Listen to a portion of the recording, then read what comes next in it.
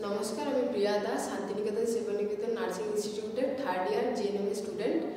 আজকে আমার আলোচ্য বিষয় হচ্ছে ডায়াবেটিক ফুট আলসারের ফলে হওয়া পায়ের আলসারের প্রতিকার। মানুষের শরীরে যখন ইনসুলিন নামক হরমোনটি বেশি পরিত হয় তখন মানুষের রক্তে শর্করার পরিমাণ বেড়ে যায়। এর ফলে ডায়াবেটিস মেলাইটাস বা মধুমেহ রোগটি দেখা যায়। এবার আমরা জেনে নেব ডায়াবেটিস বা মধুমেহ রোগের লক্ষণ সম্পর্কে। তো প্রথমেই আমরা জেনে নেব অত্যধিক তৃষ্ণা। ডায়াবেটিস রোগীরা সাধারণত যেহেতু রক্তে শর্করার পরিমাণ বেশি থাকে সেহেতু তাদের অত্যাধিক তৃষ্ণা হয়, মানে কিছুক্ষণ পরপরই মানুষের জল তেষ্টা পায়। তারপর হচ্ছে বারবার মূত্রত্যাগ। ডায়াবেটিস বা মধুমেহ পেশেন্টের বারবার মূত্রত্যাগ হয়, কারণ তারা বারবার জল পান করে, সেই জন্য তারা বারবার মূত্রত্যাগও করে। তারপর হচ্ছে ঝাপসা দৃষ্টি। মধুমেহ রোগীরা চোখে সাধারণত ঝাপসা দেখে এবং বেশিরভাগ রোগীরই চোখে চশমা থাকে। তারপর হচ্ছে ধীরে ধীরে ক্ষতস্থান নিরাময়। ডায়াবেটিসের ফলে যেহেতু রক্তে শর্করার পরিমাণ বেড়ে যায়, সেহেতু কোনো জায়গায় আঘাত লাগলে বা ক্ষতের সৃষ্টি হলে তখন সেটা ধীরে ধীরে নিরাময় হয় রক্তে শর্করার পরিমাণ বেড়ে যাওয়ার জন্য। তারপর হচ্ছে অপ্রত্যাশিত ওজন পরিবর্তন। ডায়াবেটিস রোগীদের সাধারণত কিছুদিন পরপরই ওজন বাড়ে বা কমে, ওর মধ্যে যেমন একটা হয়। তারপর হচ্ছে অলসতা। ডায়াবেটিস রোগীরা যেহেতু সারাদিন ক্লান্তির পরে অলস অনুভব করে। এরপর আমরা জেনে নেব ডায়াবেটিস বা মধুমেহ রোগীর খাদ্য তালিকা, মানে ডায়াবেটিস বা মধুমেহ রোগীরা কী কী খেতে পারে এবং কী কী কম খাবে বা এড়িয়ে চলবে।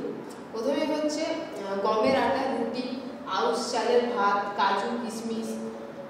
সবজির মধ্যে হচ্ছে কাঁচকলা, রাঙাল, ভুট্টা, এইসব বেশি পরিমাণে খেতে হবে। সবুজ শাকসবজির মধ্যে খেতে হবে ফুলকপি, বাঁধাকপি, গাজর, ক্যাপসিকাম, টমেটো, বেগুন, এইসব। এবং ফলমূলের মধ্যে যেগুলো কম মিষ্টি জাতীয় ফল, যেমন তরমুজ, পেঁপে, আপেল হচ্ছে দিনে একটা, আর কমলা লেবু, এইসব বেশি পরিমাণে খেতে হবে। এরপর হচ্ছে দুধ, টক দই হচ্ছে সাধারণ মানুষের পক্ষেও শরীরের পক্ষে খুব উপকারী হচ্ছে টক দই। তো টক দইটা বেশি পরিমাণে দিনে একবার হলেও খেতে হবে। আর দুধ।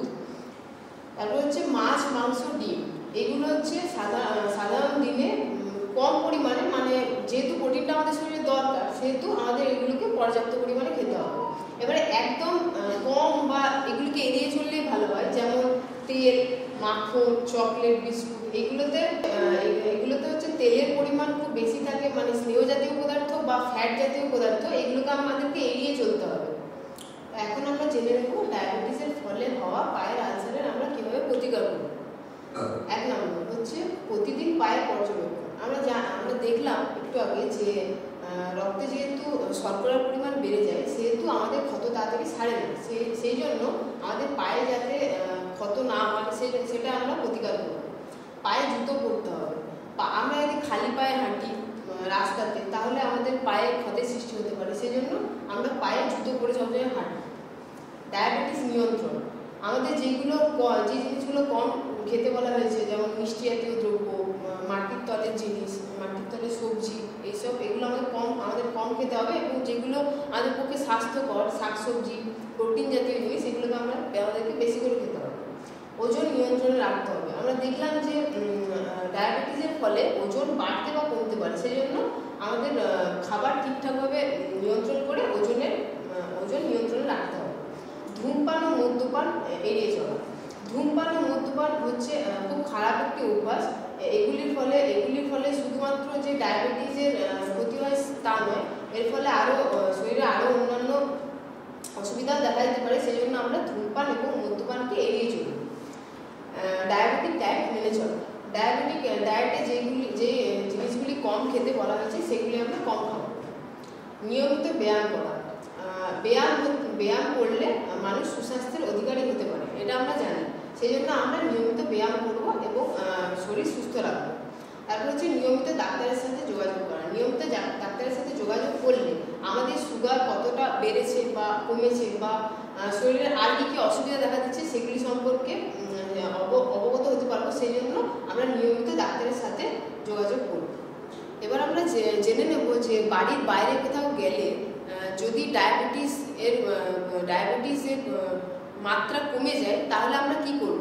তখন আমরা সঙ্গে কিছু চকলেট বা এরকম মিষ্টি জাতীয় দ্রব্য রাখবো, যেটা খাওয়ার ফলে আমাদের শরীরের ডায়াবেটিসের পরিমাণ নিয়ন্ত্রণে চলে আসবে। তো আজকে আমাদের আলোচ্য বিষয় হচ্ছে ডায়াবেটিসের ফলে হওয়া পায়ের আলসারের প্রতিকার। তো আমরা এই আলোচনাটি করার সময় এর যে সাইলেন্স সিমটমস, মানে এই রোগটি হওয়ার আগে আমাদের কী কী হয়ে থাকে এবং এর প্রতিকার এবং এই ডায়াবেটিস হওয়ার ফলে আমরা কী কী খেতে পারি এবং কী কী এড়িয়ে চলতে হবে, এগুলো আমরা জেনে নিয়েছি। আশা করি আমি আপনাদের আজকে এই বিষয়টি সম্পর্কে বোঝাতে পেরেছি। তো ভালো লাগলে লাইক, কমেন্ট, শেয়ার, সাবস্ক্রাইব করবেন।